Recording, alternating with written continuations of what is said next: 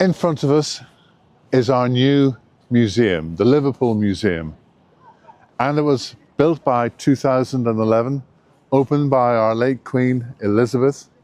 And it is a tremendous museum, free to enter, especially for young children, because throughout it is totally interactive. Liverpool has many museums and galleries, from the World Museum to the Maritime and Slavery Museum. Galleries from the Walker Art Gallery to the Lady Lever Art Gallery and Sudley House. Free at the moment to enter, this museum was opened by our late Queen Elizabeth. In the museum are 3 floors of galleries packed with Liverpool's brilliant history, very accessible for families and interactive. The museum was awarded the Large Museum for Kids and Museums Family Friendly Awards in 2023. And this is a museum for all ages, divided into 4 main themes: the Great Port, the Global City, People's Republic, and a Wondrous Place. Now, back in 1998, we had a Japanese artist called Taro Shizuo, and he invented what you see in front of us, which is the lamb banana. Now, Taro Shizuo was very concerned about genetics, and he thought to himself, there are dangers in genetics. And so he decided to look at what was coming into Liverpool, and he chose a lamb and a banana.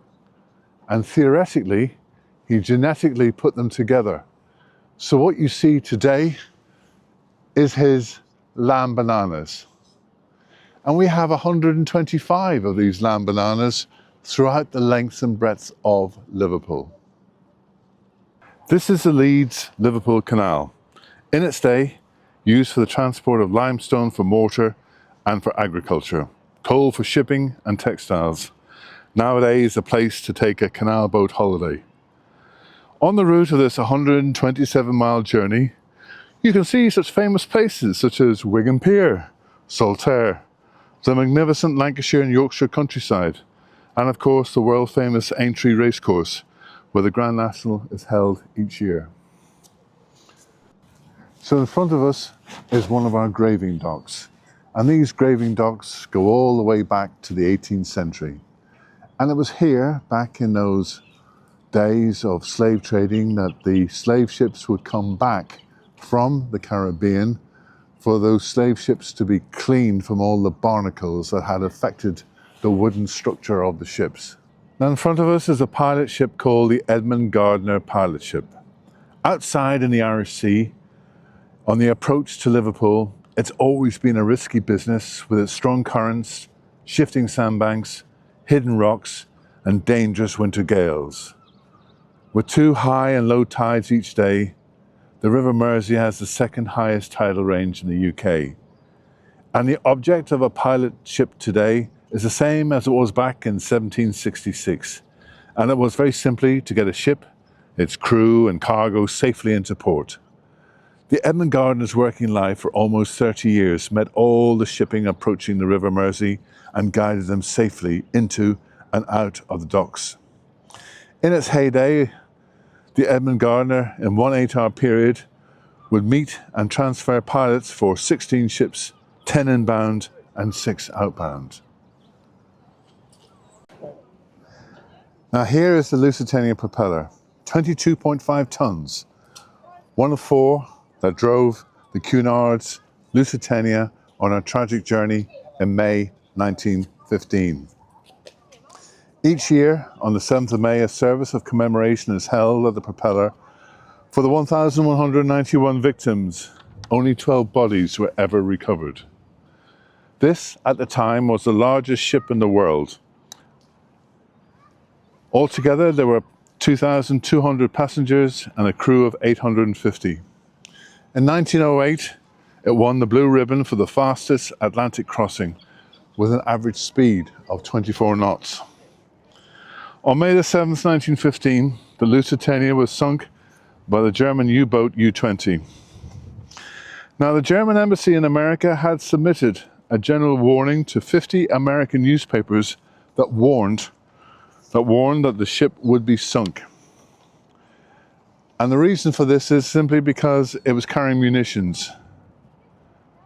Now, Lusitania did carry a cargo of approximately 173 tons of munitions, and within 20 minutes, the ship was sunk just off the coast of Southern Ireland.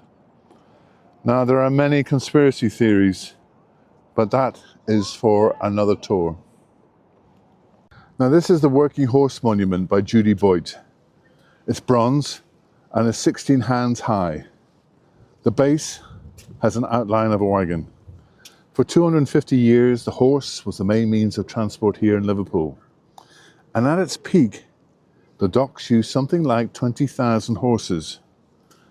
Liverpool's carters and the horses kept the supply lines going in 2 world wars. Let's walk again to the River Mersey, and here you can see how many people lock in their love, in inverted commas, to each other on the chains of the docks.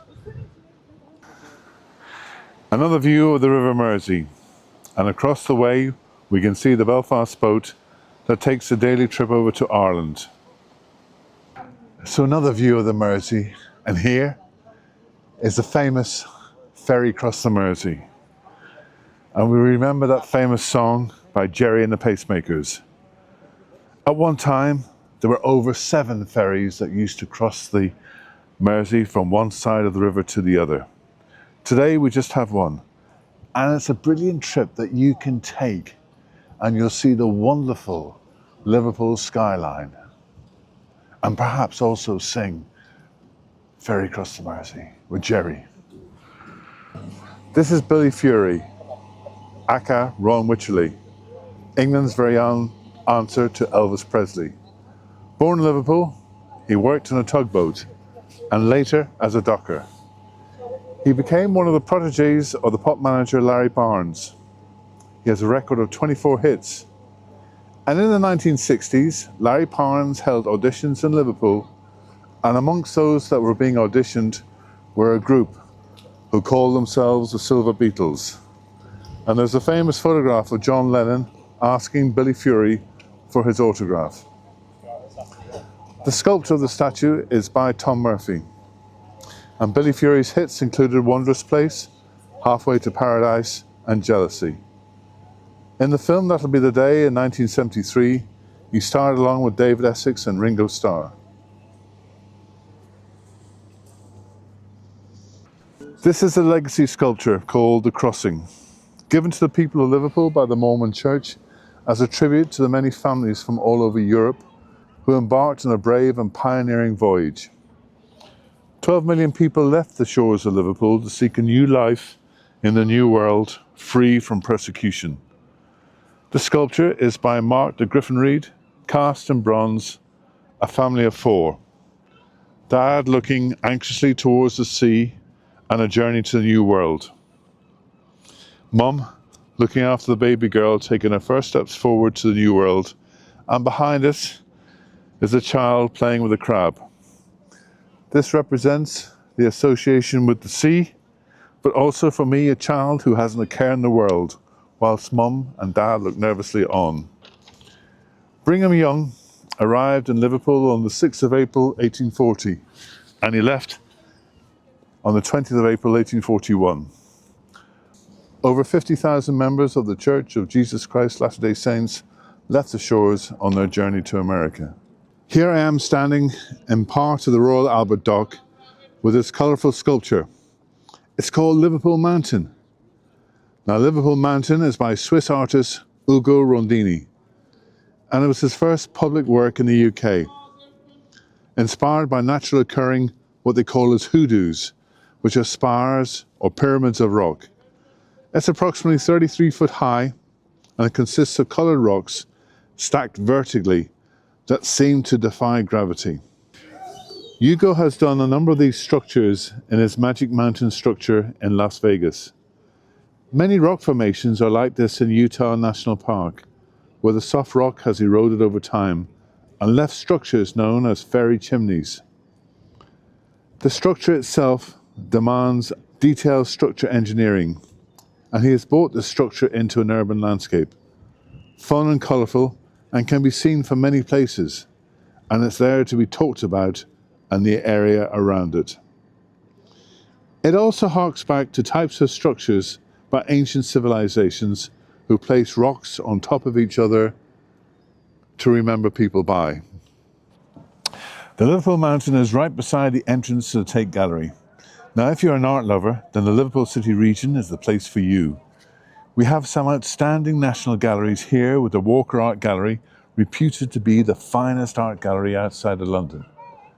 We have the Lady Lever Art Gallery in Port Sunlight, a national hidden gem. Sudley House, and here the Tate Gallery. Now, the Tate is undergoing a revamp at the moment to what the director says is to reimagine the gallery for the 21st century. Who was this person called Tate? He was a sugar refinery. He started life as a grocer's apprentice here in Liverpool and was able to set up his own shop across the water in nearby Birkenhead. He tired of the grocery business and became a partner in a sugar refining business and then gained complete control. He purchased a patent for making sugar cubes and became very wealthy. He donated much of his wealth discreetly to several charities, libraries, educational facilities, and particularly health centres. He donated his collection of paintings to the nation, and today there are 4 Tate galleries in the UK.